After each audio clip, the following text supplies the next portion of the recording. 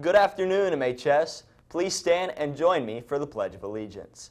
I pledge allegiance to the flag of the United States of America and to the republic for which it stands, one nation, under God, indivisible, with liberty and justice for all. Please be seated for a moment of silence.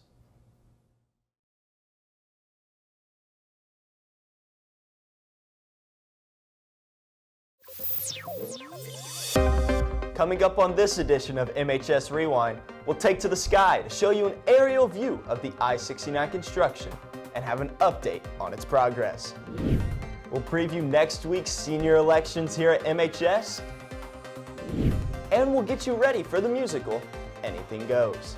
And in sports, we'll take a look at the girls swim team and one of their top swimmers, and the girls basketball team and how they've opened their season. Good afternoon, MHS. I'm Levi Suter. And I'm Cole Meyer. We'll have all those stories and more next on MHS Rewind.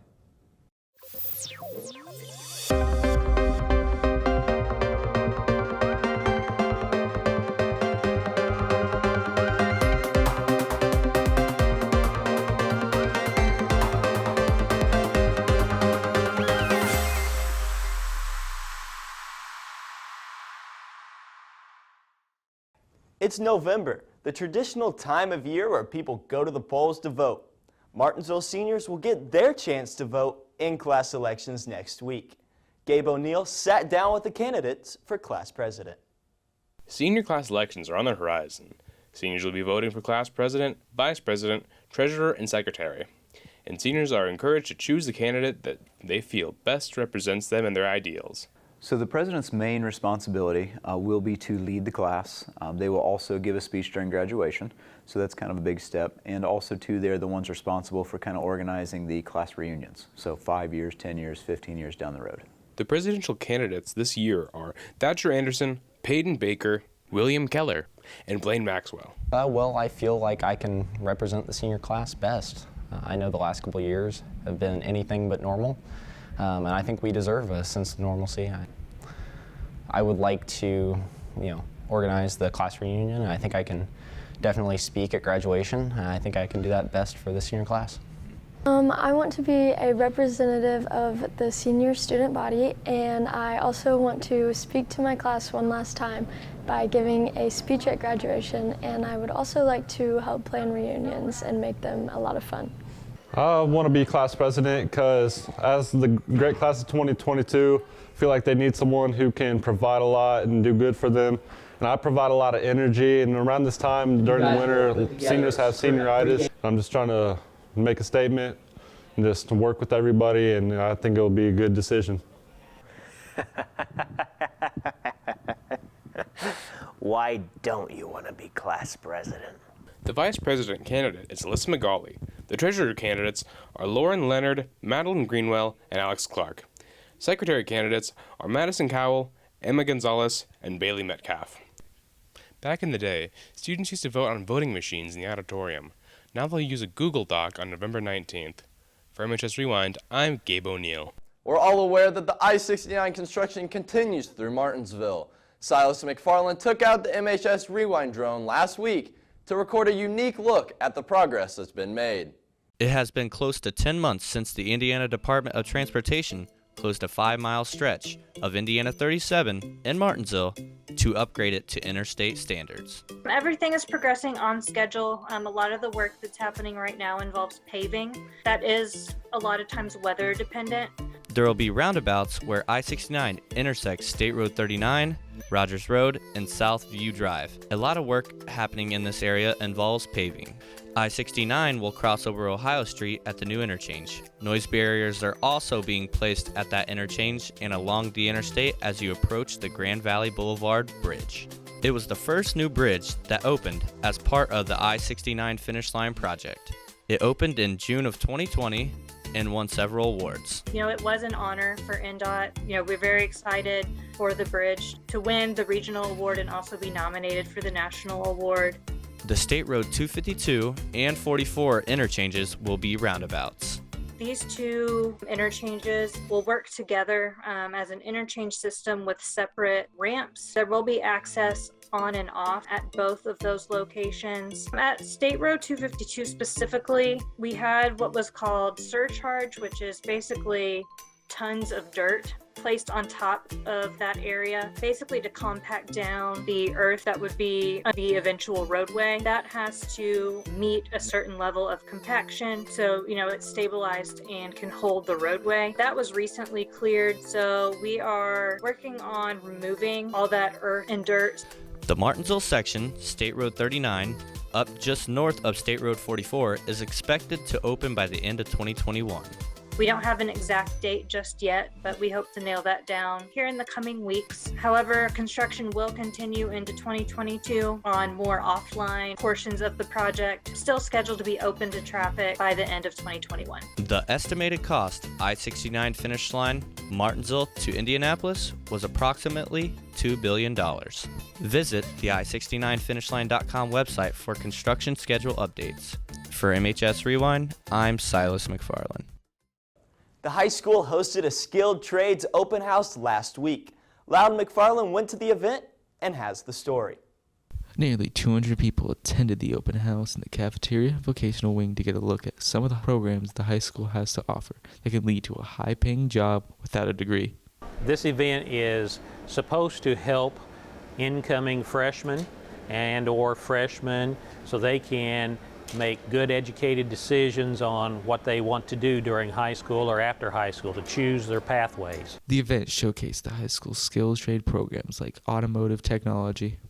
I teach the basics of maintenance and light repair on automobiles, and then if you're still interested in it, you can go into the vocational automotive service program.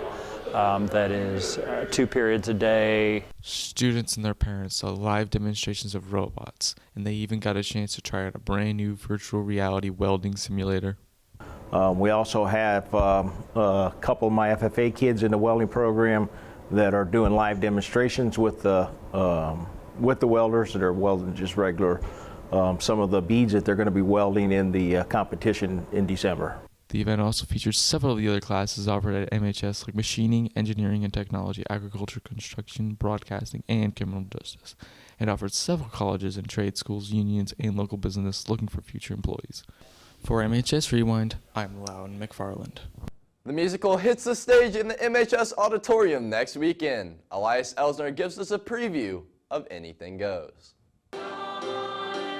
Production for the new musical started in late September, with practice lasting until 5 o'clock. Now, in early November, the final week of production quickly approaches. This year's musical, Anything Goes, is a classic Cole Porter, and it's essentially a mistaken identity / star-crossed lovers ordeal. Rick Armstrong is the director of the musical, and Mark Yunt serves as the music director. The great thing about Anything Goes is it's just a fun show. There's not a lot of seriousness to it, and the world has been a pretty serious place the last 18 months, so something to laugh at is probably worth it. Jack Reese plays Billy Crocker, and Shelby Yunt plays Reno Sweeney, the 2 main characters in the musical. She sings a lot, and more importantly than that, she sings a lot in the heavy dance numbers, and so that becomes challenging when I'm having to belt and have to do a bunch of this choreography together. While the challenges haven't been easy, everyone is confident about the upcoming performance.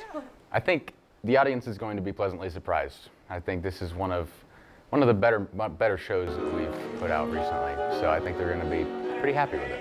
I feel like last week we really kind of turned a corner midweek, and we started to get a lot of traction on all the stuff we're trying to do. The amount of growth that we've had since then is incredible. It's insane. Anything Goes debuts on November 19th, 2021 at 7 p.m., with shows on Saturday and Sunday at 7 and 3. For MHS Rewind, I'm Elias Elsner. Members of the class of 2022, the SSC will be one of your options for your lunchtime location this coming trimester. But you must sign up in advance to reserve your spot. Go to the SSC Google Classroom and click on the Google form to select the SSC as your Try-To dining location. The Spanish Club meeting today will be in room 235 during Arty Hour. Next week, the Riley Dance Marathon team will be playing the Gummy Bear song during the passing periods. In order to stop this assault on our senses, There will be teachers with red buckets in the hallways collecting donations. Our goal is to collect $150 in order to stop the bop. Leo Club is putting on a food drive through November 19th as a class competition. Freshmen bring cornbread, sophomores bring canned green beans, juniors bring canned corn, and seniors bring mac and cheese. Place all donations in your grades bin in the front lobby. All donations will be given to the Gunnar James Burnham Food Pantry.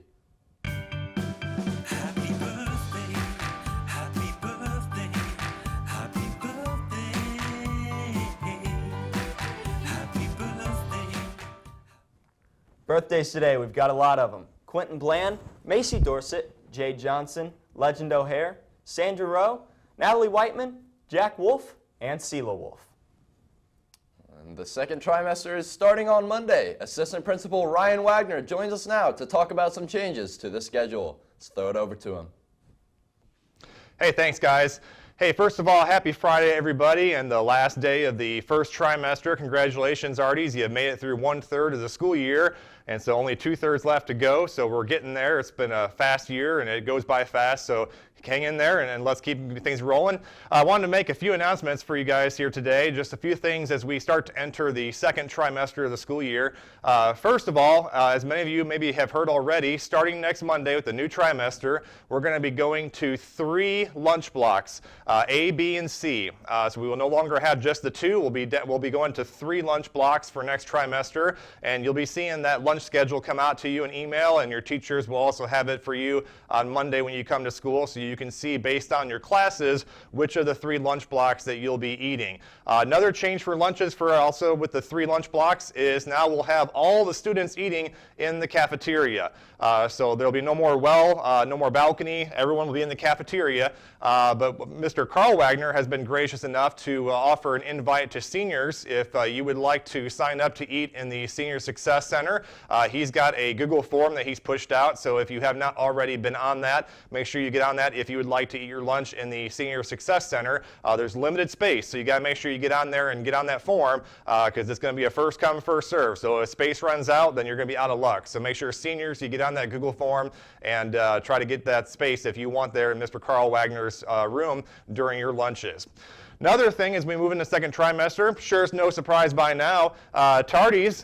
We've had a lot of issues with kids being late to class, but we had some technical glitches this first trimester and haven't been able to keep track of those tardies as we normally would. But we fixed the problem for second trimester, so we will now be tracking tardies. Keeping track of those means every 4 tardies to a class, and you're getting a consequence. So let's make sure we're getting back into the habit of getting to class on time, because we will be tracking those, and you will be getting consequences if you're being late to class on a consistent basis. Last piece on a more positive note as we go into Try 2 is we want to kind of reintroduce the Pride point system to you guys. For many of you, last year with the COVID year, that kind of thing just didn't really, get off to a good start, and many of you aren't even aware that we have a point system for when you're doing good things, doing the right things, and we reward you for that. And we got rewards that you can get, candy, soda, gift cards, you name it, all kinds of things there in the bookstore that you can redeem using those points that you earn for doing the right thing. So we're going to kind of try to reintroduce that for trimester 2. So make sure you're doing the good stuff, doing the right stuff, and you're going to be rewarded for that. So be on the lookout for that too for the start of the trimester next week. So once again, happy Friday everybody. Let's end the trimester on a good note. Let's get a good start to the second trimester. Thank you. Have a good weekend. Back to you guys. Thanks, Mr. Wagner. Athletes, if you would like to order a special patch for your letter jacket, please see Mrs. Routenkrantz in the athletic office. These patches are $20 each, and all orders must be placed before Friday, November 19th. The girls basketball team tipped off their season last week. Devin Brenner tells us their expectations for this season. The girls basketball team started off their season with a loss against Avon, but immediately bounced back Saturday night against Indian Creek. Got off to a slow start with our first game. Turned things around in a couple of days, so we're pretty happy with where we're at right now as far as the start goes. We want to continue to climb that ladder and try to build on where we're at right now. Forget about that Thursday night game. Worry about what we did on Saturday and build from there. Week 1, I feel like we just didn't show up and play at all. And so for our game in week 2, we just came with more energy and effort, and like Coach Dorsa always says, we have more enthusiasm than the other team, we'll play better. It was a slow start at first, but the second game came around and we did really good, and I think the next games are going to be great. This is Coach Dorset's second year coaching the girls team, but Dorset's no stranger to coaching. He has been in the business for 37 years. And we use kind of the motto, 5 heartbeats make 1 heartbeat. So, you know, I think the team chemistry and being able to play as a team is going to be a strong part for us this year. We're not selfish. We can shoot when we are confident in ourselves, and we can play good defense when we want to, too. I think we could do a better job at our 2-3 zone, and our defense could be better. I feel like we're going to get a lot better throughout the season, and we're just going to grow closer as a team. The girls host their first home game Saturday, where they will battle the Terre Haute North Patriots. For MHS Rewind, I'm Devin Brennan. If you can't make it to the game tomorrow night, you can watch it live on the MHS Rewind YouTube channel. Pre-game show is set for 7:20. The girls swim team is preparing for their season, and as Destiny Neal tells us, they are looking to break some records. The girls swim team is in the pool every day after school for about 2 hours getting ready for their season. I think we're going to do okay. I think we're going to be pretty good this year. We got a lot of great people coming back. We only lost 1 senior, so that's a positive. We got some good freshmen coming in that we're excited about. And then I feel like that our schedule is going to be a little bit lighter than last year, so I think we're going to do pretty well this year. One of those great people coming back is Molly Stout. Molly is an excellent swimmer, but her biggest attribute is her hard work. Her work ethic is relentless. Stout is a junior at MHS and has been swimming for about 8 years.